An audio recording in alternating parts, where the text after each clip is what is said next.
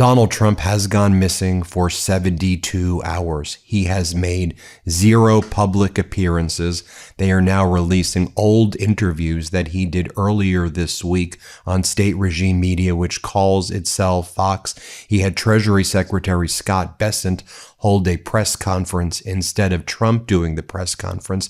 This, of course, follows Donald Trump's very suspicious physical exam at Walter Reed. I covered all of the red flags in the medical report that was released on Friday evening at 11 p.m. And this all comes at a time when we have learned that 5 Americans were injured in connection with this ongoing catastrophic and unlawful war by the United States and Israel in Iran, which the Trump regime through CENTCOM is trying to cover up. They're also trying to cover up the fact that 3 MQ-9 Reaper drones were destroyed, targeted, shot down, and they now are displaying it on a video on Iranian regime media right now. And CENTCOM says no planes were shot down, trying to draw a distinction between a plane like an F-35 and the MQ-9 Reaper drones.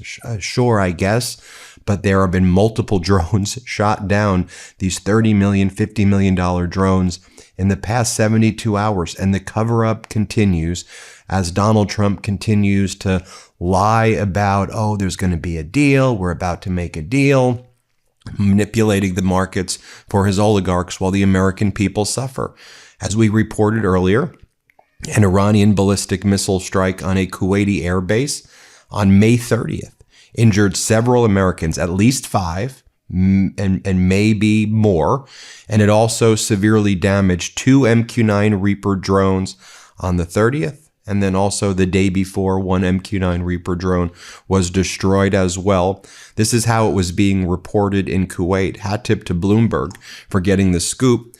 Falling debris from the intercepted Fatah 110 missile hit Ali al-Salem Air Base, causing minor injuries to about 5 U.S. personnel and contractors. Remember that Donald Trump refers to traumatic brain injuries as headaches and minor injuries. And he's done that consistently. So I just want to flag that right there. And then it talks about these MQ-9 Reaper drones that were destroyed. I mean, Iran has been showing what these MQ-9 Reapers look like after they've been destroyed and they've been shot down. Iran has been releasing the footage of their radar locking in and shooting down the Reaper drones, and also showing that if they wanted to, they could shoot down an F-35 as well.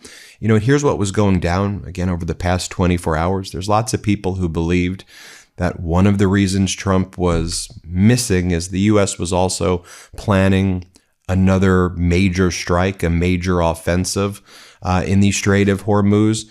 You had U.S. Navy Central Command and UK MTO, the kind of maritime authority in the UK, issued a critical warning yesterday in the Strait of Hormuz that major U.S. military operations will soon be conducted, citing Iran's, quote, dangerous and illegal mining, with U.S. forces on high alert for Iranian attack. Any vessels obstructing the operation or supporting mine-laying activities will be targeted by U.S. forces.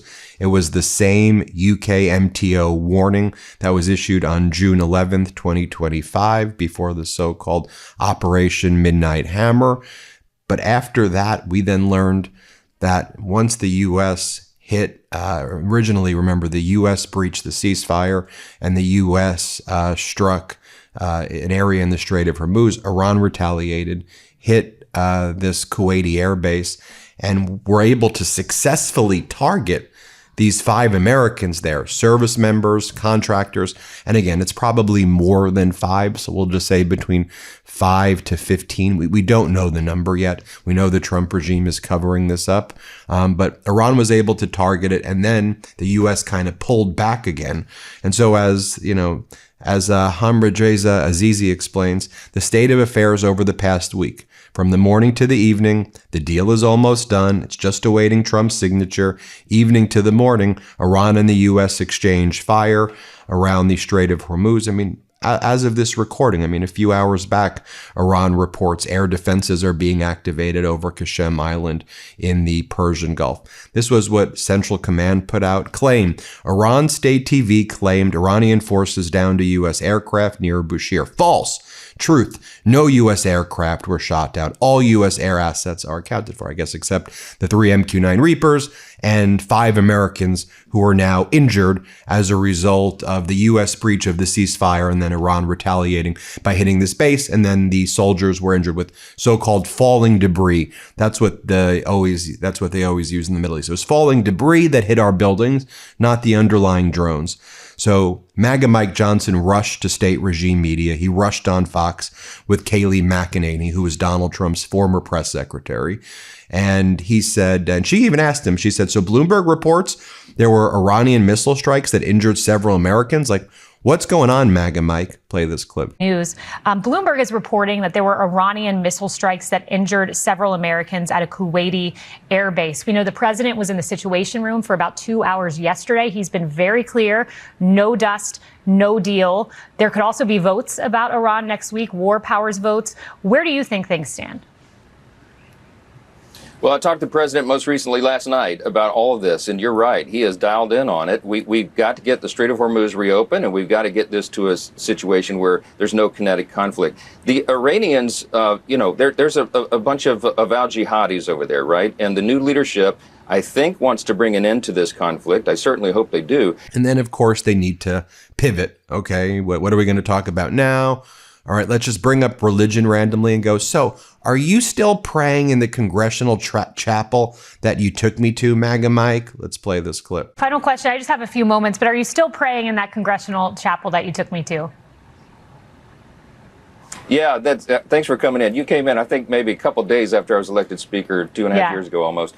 That chapel is well used, and we've worn the carpet out, Kayleigh, because we're doing this on prayer and patience. We have the smallest margin in U.S. history, and still Republicans have delivered for the people. So I'm really grateful for strong leadership from the White House and President Trump, the team that we all work together in unified government. We're going to keep this going, and we're going to prove to the people they made the right choice by giving Republicans control of the federal government. Speaker of the House, Mike Johnson, thank you for your time. And then despite the fact that nobody has seen Donald Trump in public in 72 hours, MAGA Mike Johnson, who should be zealously defending Article 1 of the Constitution, which is the power of Congress, says, why would we put forward a war powers authorization? Let's just leave everything to Donald and let him handle it all. Why would we do anything here as a Congress who actually has the power over war authorization? Maybe that's because it's your power. And maybe because this is an unlawful war, and maybe because that's what your freaking job should be.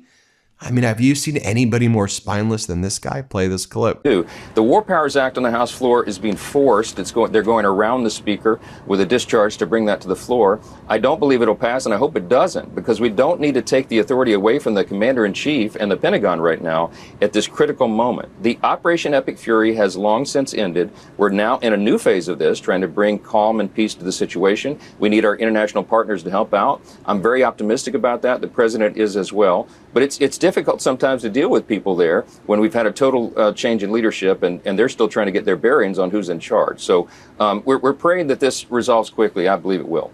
One of the things Then, as I noted, state regime media, which calls itself Fox, in lieu of Donald Trump not making public appearances following his Walter Reed exam, they're playing old footage of Donald Trump from earlier in this week, like an interview that Lara Trump did on like Monday of the week, that they're still like playing clips right now. And just think about it. Lara Trump, Donald Trump's daughter-in-law, she knows about his physical and cognitive decline about more than just about anybody, but we all see it though, obviously, right?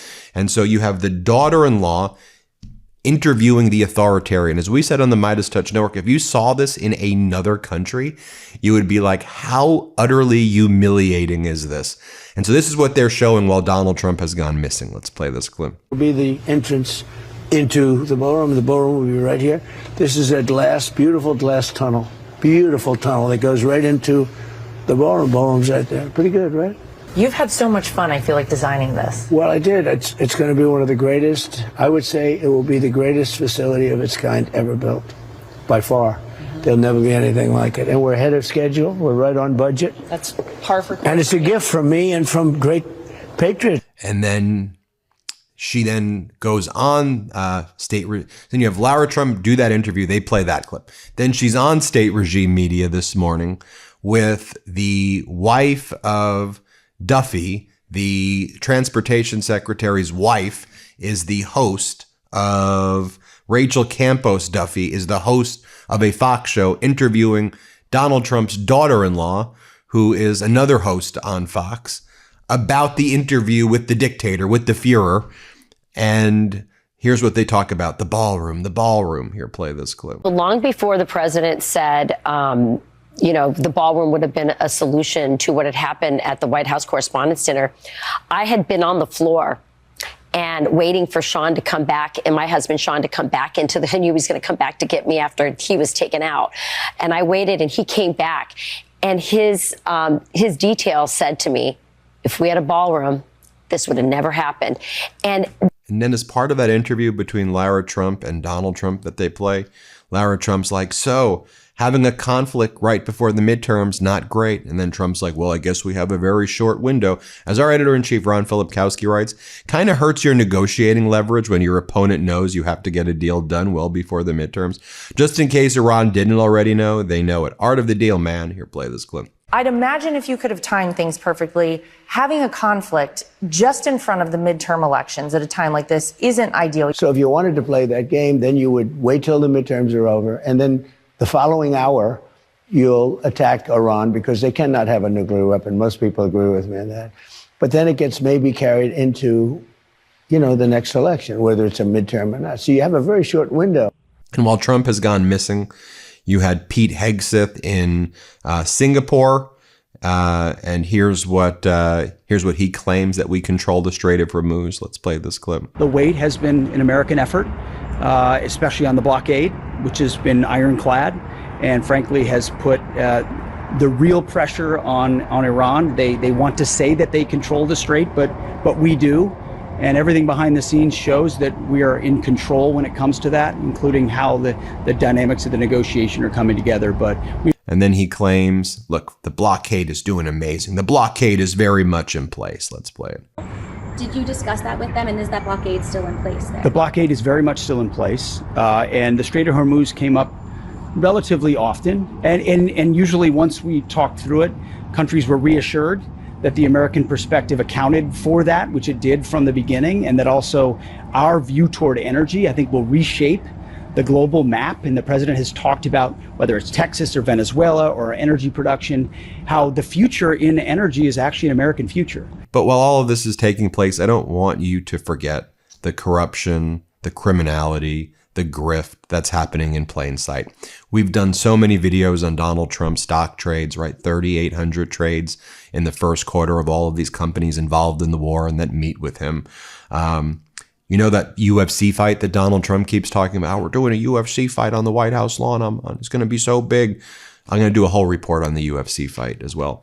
But Trump bought up to $50,000 worth of stock in TKO Group Holdings, UFC's parent company, shortly before heavily promoting the UFC event. So Trump bought the stock in TKO. Also, the Trump administration in talks to give equity debt funding to U.S. drone companies. It's part of the Pentagon's $1.1 billion drone dominance program, targeting 300,000 low-cost drones by the end of 2027. By the way, good. That's where technology is going. That makes a lot more sense than doing $50 billion, $35 billion battleships, Trump battleships. Stocks in these drone companies surge. But guess what?